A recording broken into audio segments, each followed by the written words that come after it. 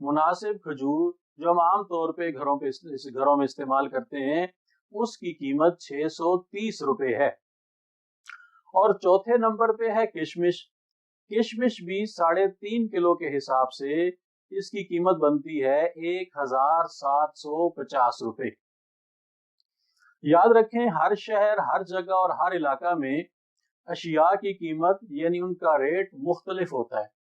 اپنے اپنے علاقہ میں ان چیزوں کا ریٹ معلوم کر لیا جائے، یا مختلف علاقوں میں مفتیان کرام اور علماء کرام نے قیمتیں معلوم کر کے جو مقدار متعین کر دی ہے اس کے مطابق ادا کریں، لیکن ادا ضرور کریں۔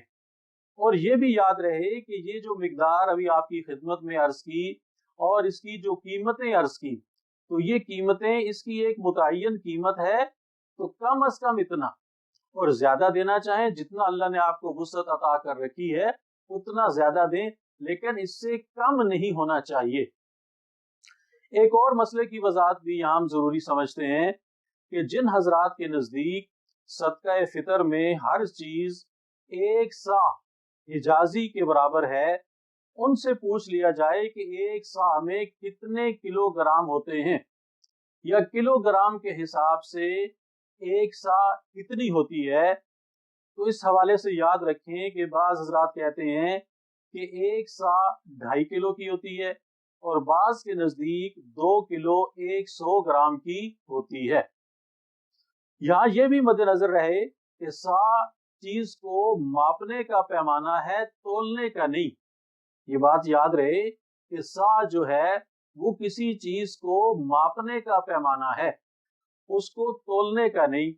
سا میں ماپی ہوئی ہر چیز کا وزن جدا جدا ہوگا، یہ ذہنوں میں رہے۔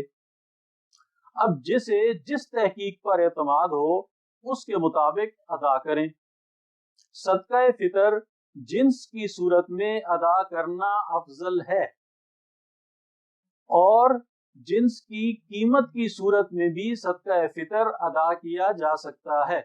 یعنی آپ اگر کسی کو گندم دینا چاہیں، آٹا دینا چاہیں، جو دینا چاہیں، کھجور دینا چاہیں، کشمش دینا چاہیں تو یہ بھی دے سکتے ہیں، اور ان کی جتنی قیمت بنتی ہے وہ قیمت ادا کرنا چاہیں تو وہ قیمت بھی دے سکتے ہیں۔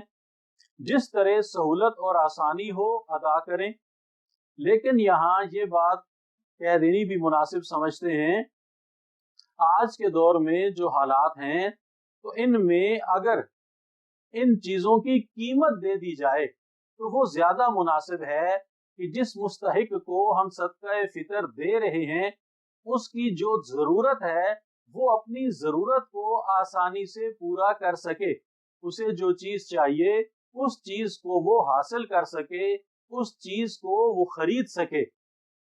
اور صدقہ فطر کے حوالے سے مزید مسائل کی آگاہی کے لیے مفتیان کرام سے رابطہ کیا جائے۔ جن کی مالی حالت کمزور ہے وہ گندم اور جو کے حساب سے صدقہ فطر ادا کریں، اور جو ذرا زیادہ مالدار ہیں، اللہ تعالیٰ نے ان کو پیسہ دے رکھا ہے، تو وہ کھجور کے حساب سے صدقہ فطر ادا کریں، اور جن کے پاس مال و دولت کی فراوانی ہے انہیں چاہیے کہ وہ کشمش کے حساب سے صدقہ فطر ادا کریں۔ آج ہمارے ہاں یہ بات عام چل پڑی ہے کہ سب سے کم مقدار جو بیان کر دی جائے اور جو قیمت متعین کر دی جائے، ہر ایک اسی کے مطابق صدقہ فطر دیتا ہے۔ تو یہ صدقہ فطر تو ادا ہو جاتا ہے لیکن یہ مناسب نہیں ہے۔ ہر ایک کے لیے علیحدہ علیحدہ معیار ہے، ہر ایک کے لیے علیحدہ علیحدہ مقدار ہے۔ جس شخص کے پاس اسباب نہیں، وسائل نہیں، لیکن وہ صدقہ فطر دینا چاہتا ہے تو اس کے لیے مناسب ہے کہ وہ گندم یا جو کے حساب سے دے، اور جس کو اللہ نے پیسہ دے رکھا ہے، جس کے پاس مال کی فراوانی ہے، اسے چاہیے کہ وہ کھجور اور کشمش کے حساب سے صدقہ فطر ادا کرے۔